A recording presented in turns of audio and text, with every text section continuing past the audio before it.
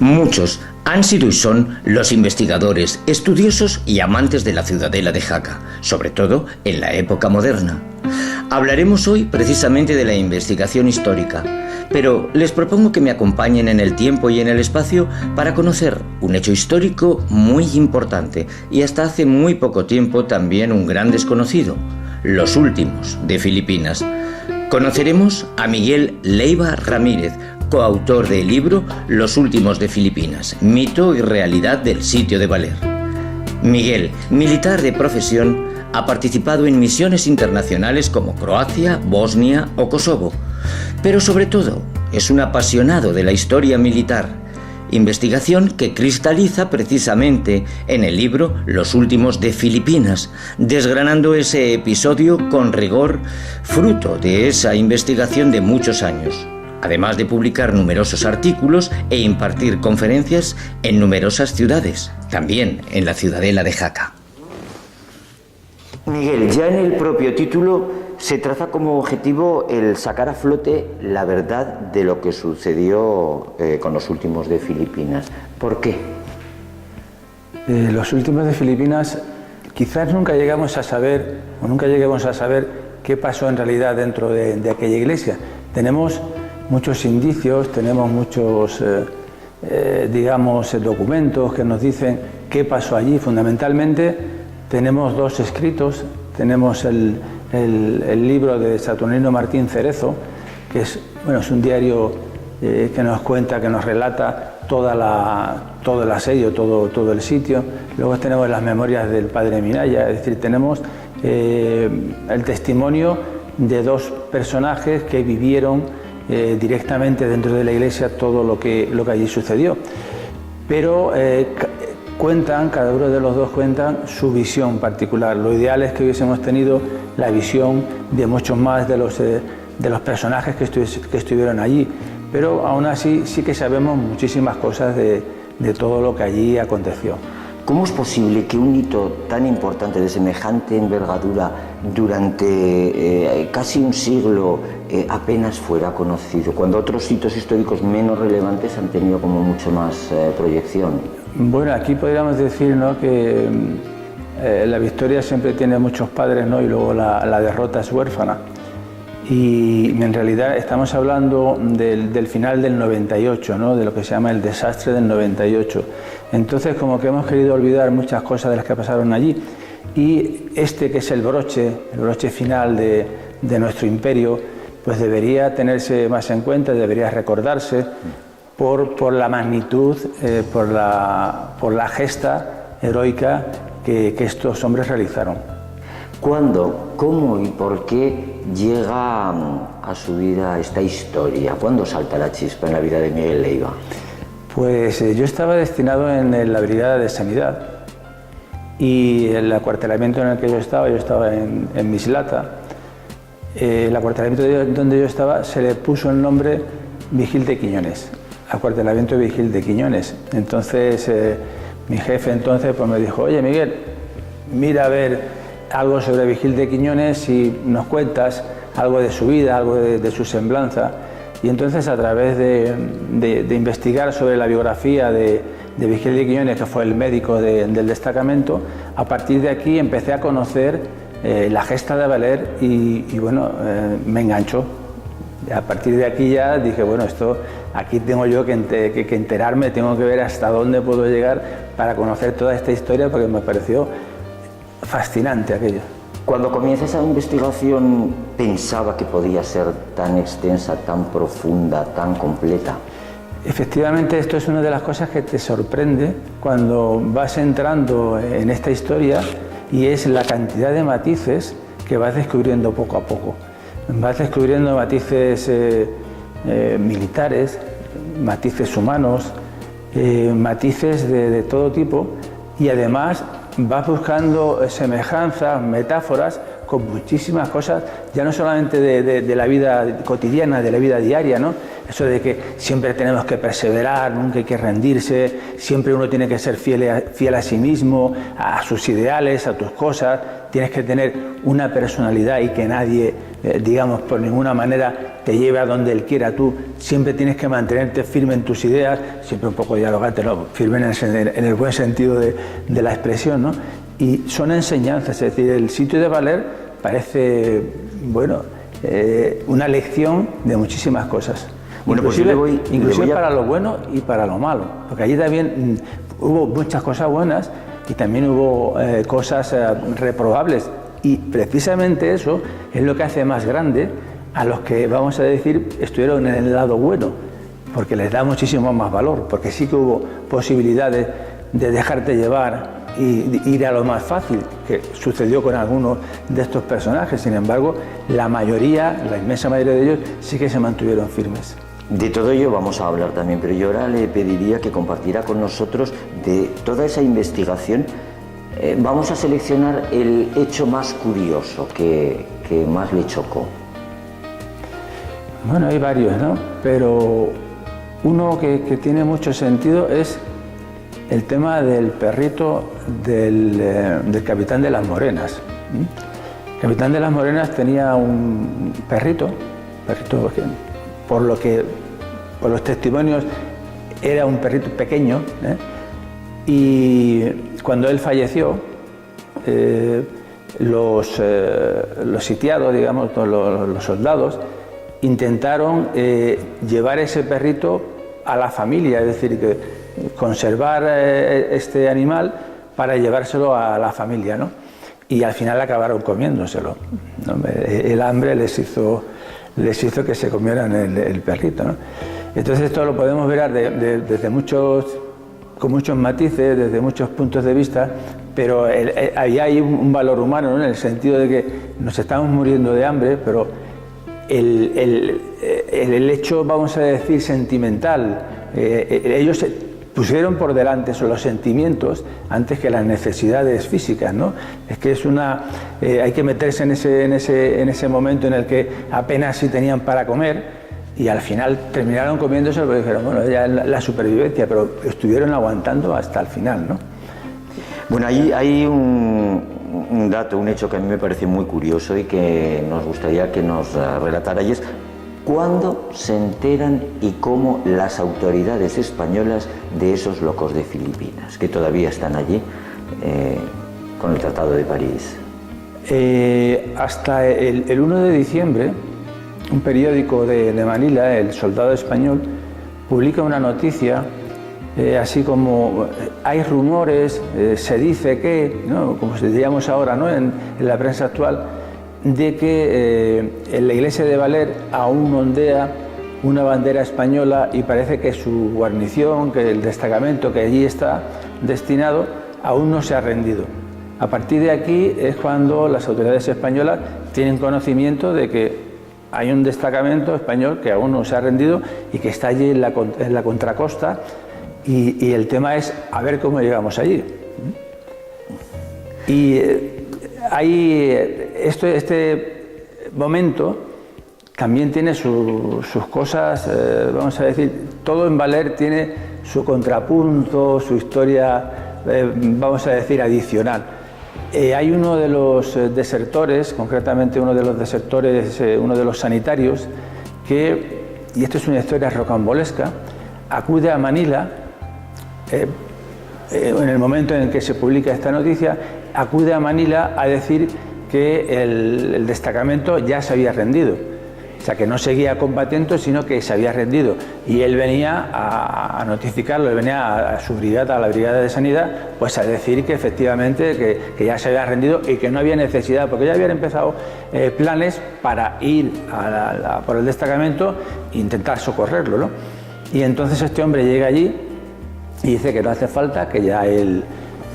que se han rendido, que él ha conseguido escaparse. Primero da una versión, luego se contradice, y esto atrasa o retrasa un poco una comisión que estaba programada para ir allí a Baler y ver efectivamente si eso era verdad o era mentira.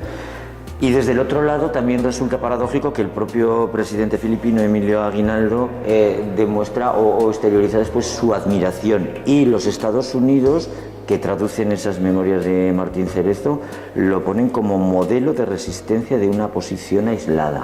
Efectivamente, es que es un modelo de resistencia, es un modelo para la historia de cómo saber aprovechar al máximo todos tus recursos hasta el último momento y llevarlos, estirarlos hasta el final.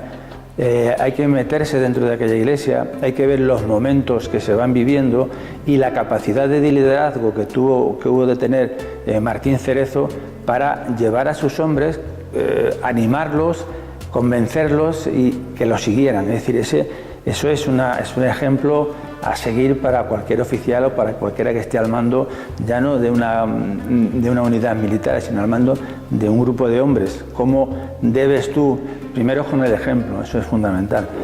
Después con la convicción que tienes que dar de que de alguna manera no dominas la situación, pero sí controlas y sabes en cada momento cómo actuar. Y la verdad es que Martín Cerezo supo en cada momento dar la respuesta adecuada a lo que se necesitaba. Centrémonos ahora en un análisis cronológico porque estamos hablando nada más y nada menos que de 337 días de convivencia. ¿Cómo pudo ser esa convivencia? Porque la verdad es que no es breve. No es breve y además estamos hablando de un lugar muy reducido. Prácticamente convivían, en principio entraron en la iglesia 54 hombres y en un espacio de 30 por 10, 300 metros cuadrados, en los que había una gran cantidad de víveres. Había pues así 125 sacos entre garbanzos, habichuelas, 60 cabanes de arroz, que son casi 2.000 kilos. Es decir, había muchísima comida, tocino, había 600 kilos de tocino, tocino casi podrido, es decir, ahí había un olor nauseabundo. Imaginemos las moscas. Luego hay que imaginar también el techo. Uno de los objetivos de los filipinos fue el techo. El techo y la torre fueron los objetivos prioritarios de los filipinos, destrozar el techo porque sabían que rompiendo el techo con las lluvias, tarde o temprano aquellos hombres iban a salir, ¿no? El suelo era prácticamente barro, cuando llovía caía el mismo agua que caía en el exterior, prácticamente caía dentro de la iglesia. Es decir, la convivencia tuvo que ser francamente muy difícil. Luego 54 personas con el tiempo van falleciendo, ¿no? ¿Cómo vas viendo que van falleciendo tus compañeros, tus amigos, del que has tenido al lado, con el que has intimado un poco más? Ves que una mañana ya no lo encuentras porque ha fallecido de una enfermedad terrible como el beriberi, como la disentería. Todas esas cosas van marcando, van minando. Y bueno, yo creo que es un ejemplo además de cómo convivir, cómo compartir y cómo respetar. Y se tuvieron que respetar unos a otros. El espacio, ese metro cuadrado que cada uno necesitamos. Bueno, un metro cuadrado es muy poco, ¿no? Pero como mínimo tenemos un metro cuadrado en el que tenemos esa privacidad. Eso hubo de respetarse entre ellos, porque además luego se cruzan cartas, se ve que compartieron una experiencia y luego eran otros tiempos, ¿no? No había, en aquellos tiempos uno se comunicaba con otro a través de una carta, ¿no? Una misiva.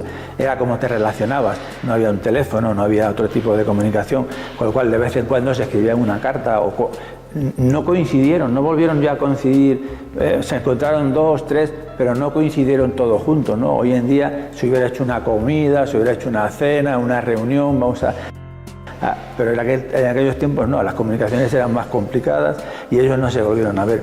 Pero en definitiva sí que, respondiendo a tu pregunta, la convivencia tuvo que ser muy complicada, pero además ahí nacería esa complicidad, eso de vamos a resistir, yo te apoyo, hoy yo caigo, yo tengo un momento de debilidad, tú me apoyas, al día siguiente soy yo el que te animo. Es decir, todo ese tipo de cosas se tuvieron que dar allí y efectivamente demuestran hasta qué punto hubo unión y hubo camaradería y hubo compañerismo, porque no es fácil convivir 54 personas en un sitio tan cerrado. Bueno, muy poquitas bajas, 2, 3, sin embargo ellos causaron 700 bajas. ¿Cómo es eso posible? Hay muchas explicaciones. Bueno, muchas explicaciones. Hay cosas que sí podemos decir que pudieron influir. La iglesia era en realidad era una fortaleza. Ellos prepararon la iglesia de manera que era casi imposible acceder a la iglesia. De manera, luego las ventanas estaban situadas aproximadamente a unos 3 metros. Con lo cual, los fallecidos que hubo por impacto de bala, que fueron dos rebotes, no fueron un impacto directo.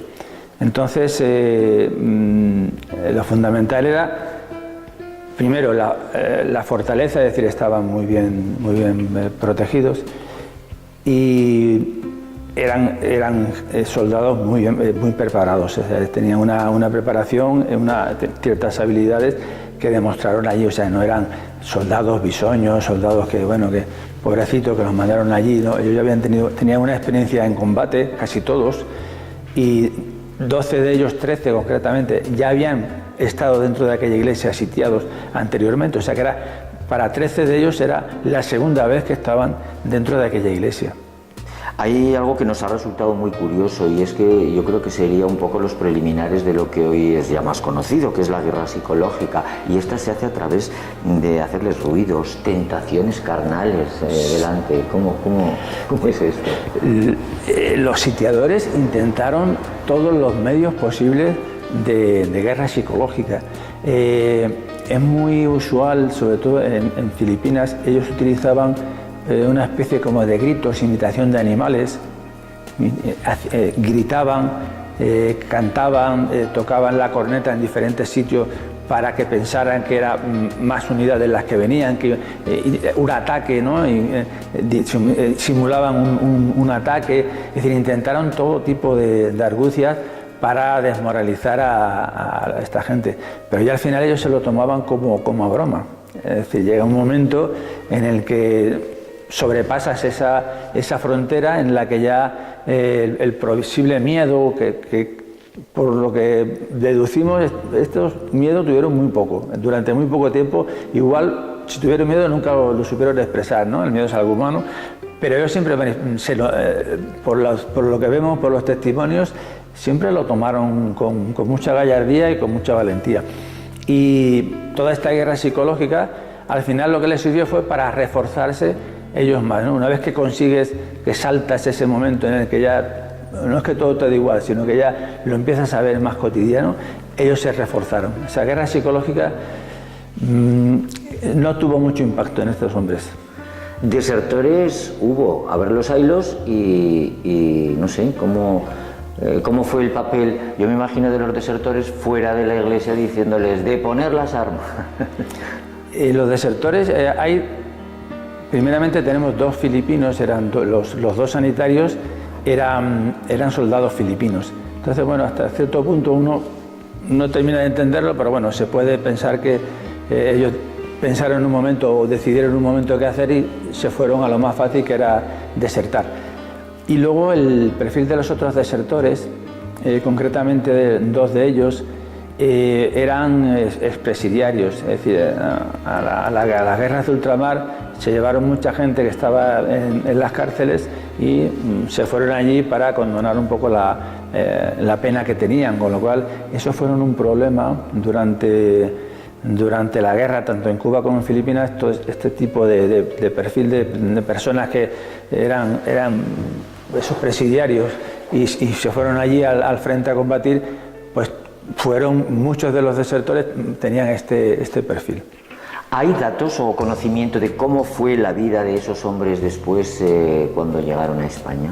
Sí, tenemos muchísimos datos, y lo más reseñable es que eran personas con un alto valor moral, con lo que llamamos ahora un civismo. Demostraron todos, o sea, no uno, sino todos los testimonios que vemos de los supervivientes fueron personas modélicas en la sociedad donde se desenvolvieron después. O sea, que no solamente fueron héroes y dieron una alta, digamos, calidad, un alto prestigio militar, ¿no? Sino que después en su vida civil, porque casi todos, hubo algunos que fueron carabineros, otros hubo policías, hubo carteros, hubo de todo. Cada uno en el papel que les tocó jugar fueron modelos en su trabajo y modelos en sus pueblos.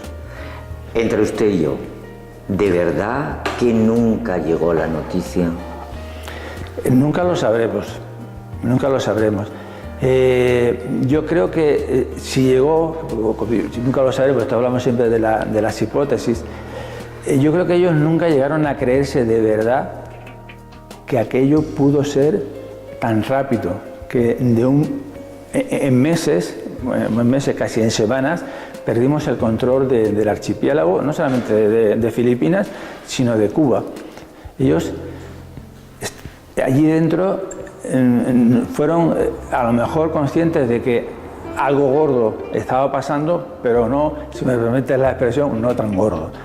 Y quizás, igual si los supieron, no quisieron creerse, o sea, se protegieron diciendo, esto es mentira. Era una manera, además, psicológica. La primera reacción ante cualquier desgracia, ¿cuál es? La negación. Eso es algo humano, ¿no? Pues entre ellos creo que también algo de esto sucedió. Y quizás si lo supieron, o si llegaron nunca pensaron que fue de tanta magnitud, ni tan rápido. Y si yo le pregunto a Miguel Leiva, que extrapolando, aparte de esa investigación, de ese libro maravilloso, de haber sido asesor histórico en la película, no sé, ¿cómo los ve? ¿Héroes, inconscientes, engañados? Sin ninguna duda, no tengo la más mínima duda, fueron unos héroes, y quizás dentro de la historia de España, unos héroes. Hay muchísimos héroes en la historia española, ¿no? Muchísimos, muchísimos. Pero estos son de los que lucharon por sus ideales, los que lucharon por una forma de ser, una impronta que tiene el soldado español, ¿no? Y estos son unos de los mejores representantes, hay muchísimos, pero ellos son uno de estos, de los mejores representantes de lo mejor del soldado español.